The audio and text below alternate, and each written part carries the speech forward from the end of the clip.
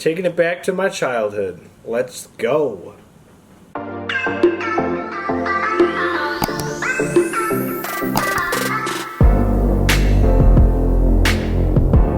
Alright guys, welcome back to my channel. I am Zach with Zacks Books. Today I've got for you something that I have wanted to do for a while, but never sought after the books themselves to do it. A lot of people have heard of Goosebumps, which is a book series written by R.L. Stine. I kind of refer to him as the PG Stephen King. Horror for kids. Yeah, he's a big horror writer for children. 62 original books, a whole bunch of other ones that he's added on since. And there is one, I never read the books of the series, but there's one character who has sat with me my entire life because of how fucking creepy he was. And that is Slappy, the mother effing dummy. If you have seen the TV series, you know who I'm talking about. The red-haired, black-suited, puff-cheeked dummy. This guy traumatized my childhood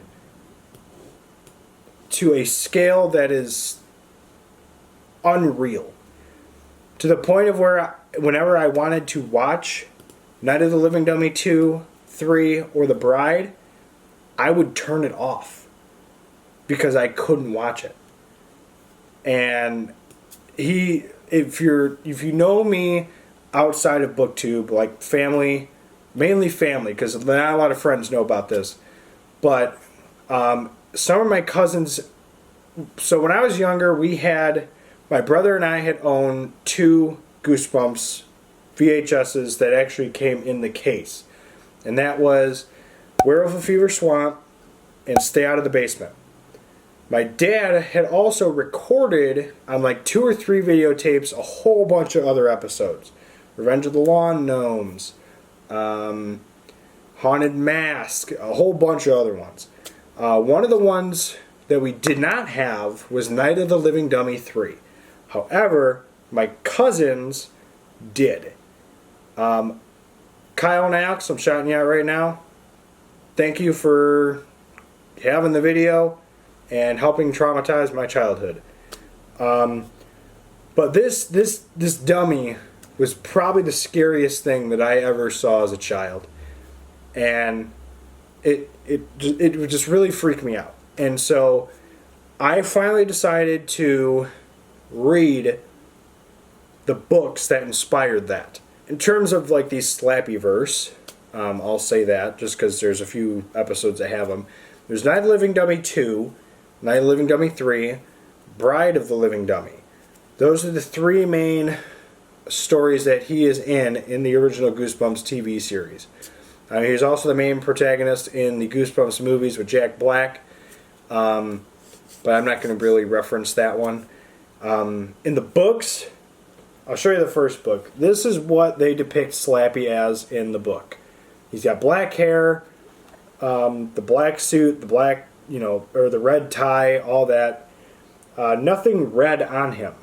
So whoever did the costume design for Slappy the Dummy in the TV series, F you, because you made him creepy. And all he is just this. Like if this was in that, it wouldn't be that scary, but you made him terrifying. So, thank you. So, for this vlog, what I'm going to do is I'm going to read the 3 Night of the Living Dummies. There are more of them. There's Bride of the Living Dummy. I don't have that one. And then there's a whole new series of Slappy ones called Slappy World, I think it is. And it's like all the books that revolve just around Slappy minus these 3 and I think Bride. But these are the main 3 that I'm going to be reading. And I'm going to see if I can, what I'll say, conquer my fear. I mean, I feel like I already have, but I haven't read the books. So we'll see if I truly have, being of how it's been about 14, 13 years. Let's see. And we're going to start off with the first one, the original, Night of the Living Dummy. And no, there is not a TV episode just called Night of the Living Dummy. They started with 2. I don't know why. So we're going to start with Night of the Living Dummy, and I'm going to let you know what I think about it. Hopefully it's a good one. So without further ado, let's get this dummy thing going.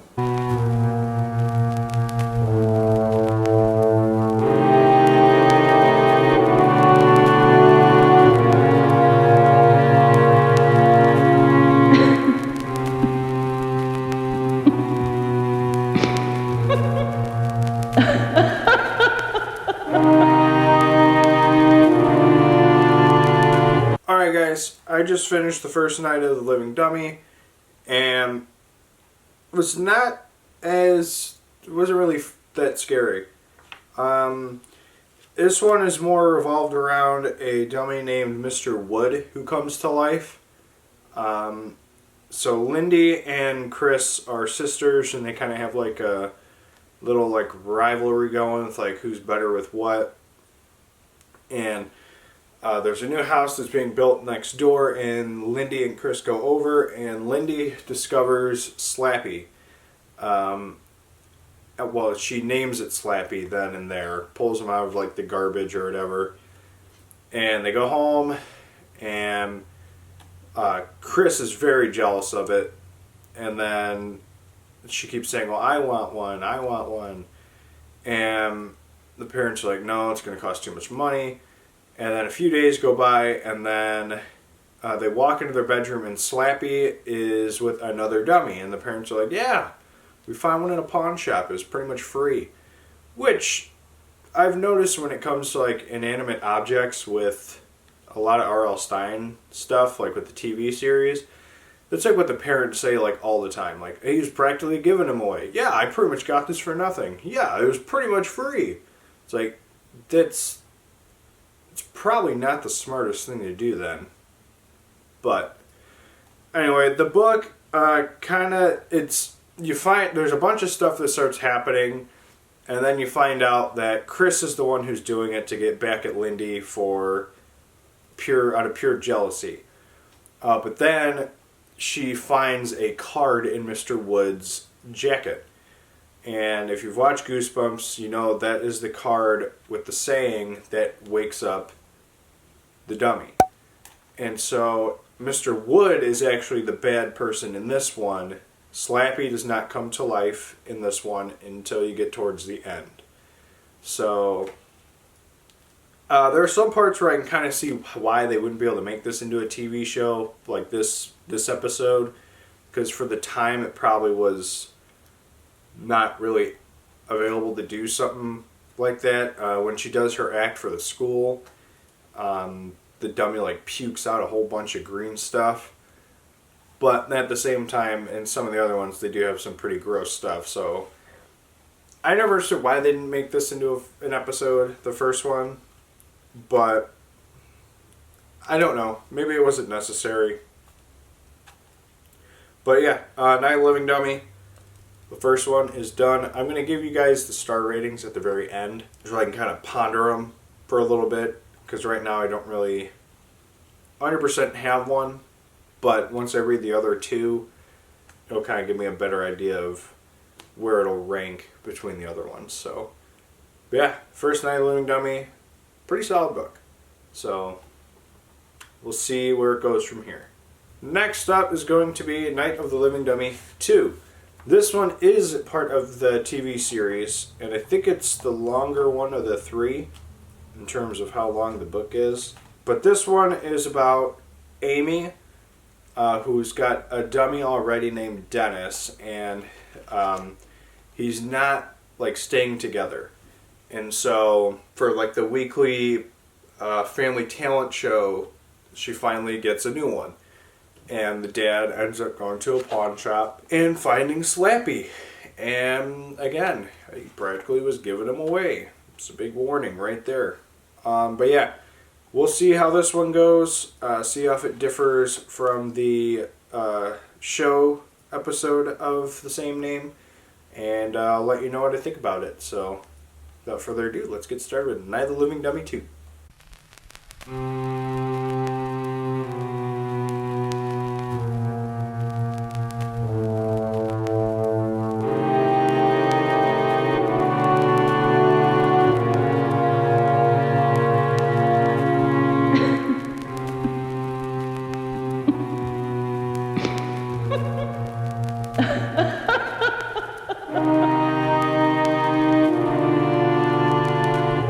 Alright guys, I just finished Night of the Living Dummy 2, and this one was different than the TV series. In the TV series, Slappy ends up... so, if you don't know this story, Amy is got a ventriloquist dummy named Dennis, and his head keeps falling off, and so she keeps saying, I need a new one. And so her dad ends up getting her one from a pawn shop. And it ends up being Slappy from the first book. And so what ends up happening is she gets the dummy, she's perfectly normal, and then that damn card comes back with the saying, and I don't know how to say this saying, so I'm not going to say it. But she pulls it out, says it, and then Slappy like winks at her or like moves his lips. And so she freaks out, and then a bunch of bad things just start happening. And she's obviously the one who's accused, and she's trying to plead for sanity, like, no, I'm not the one doing this crap. And then a bunch of stuff goes on. What differs from the TV episode with this is her dad likes to play the guitar, and I don't think it was mentioned in here that Slappy was trying to attack their parents when they're sleeping out in the living room with his guitar, and then Amy dives at him and they end up breaking the guitar. I did not hear that in this, so that was different. The ending is also a little different, but also semi the same.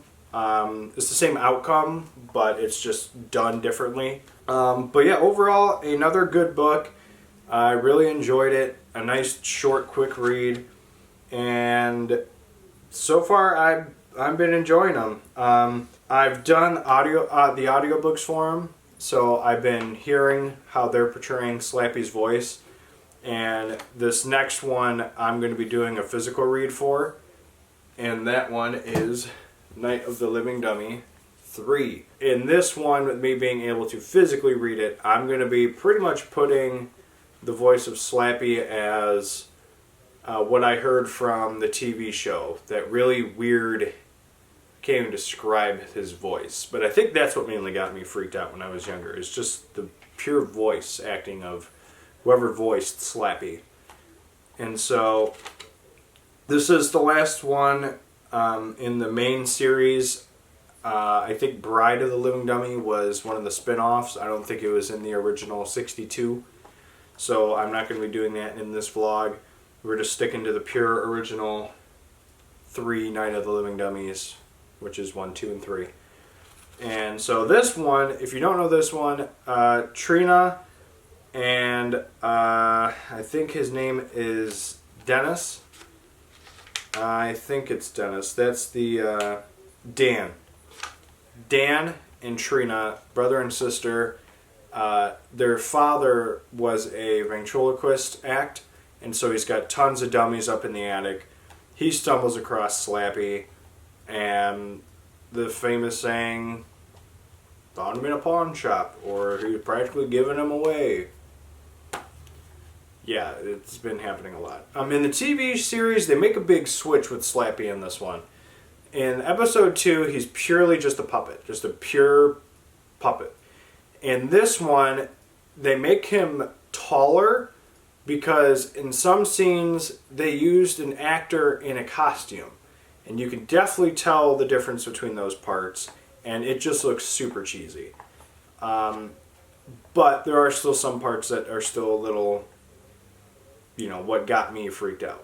But with them using an actor, it's like a rubber mask that moves with them, and you can tell the difference between dummy and person because the neck, the dummy's neck, obviously can pop up and down and all that stuff, but when the actor's doing it, it's just, it's really thick. You can't, with a dummy, it's like a really thinner neck, but when the person's there, it's massive, and you can definitely tell the difference. But I'm excited to get into this one because this was the episode that really freaked me out when I was younger. So this has been my most anticipated Night of the Living Dummy read. So without further ado, let's get started, and we'll see you guys in the next clip.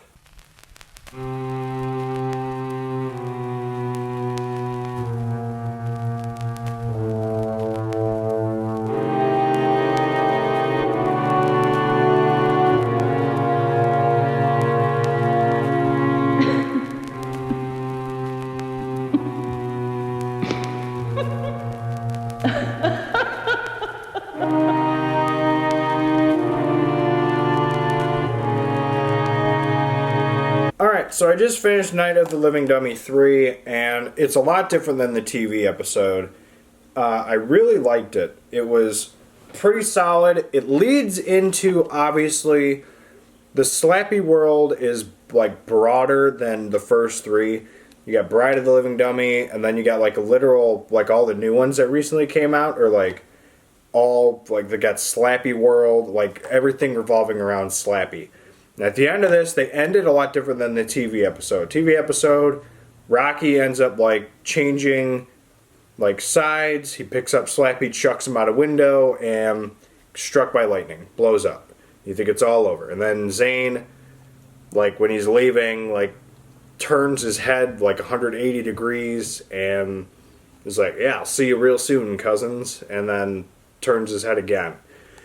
So, because he got turned into a puppet in the TV episode, so I think they're playing it off as, like, part of Slappy is still in Zane, and I thought that was kind of like a dumb way to go about it. This one, I really like the way they did this one, because they play it off like, yeah, Zane doesn't want to do photography anymore. He wants to be a ventriloquist. So, what does Trina do? Gives him Slappy.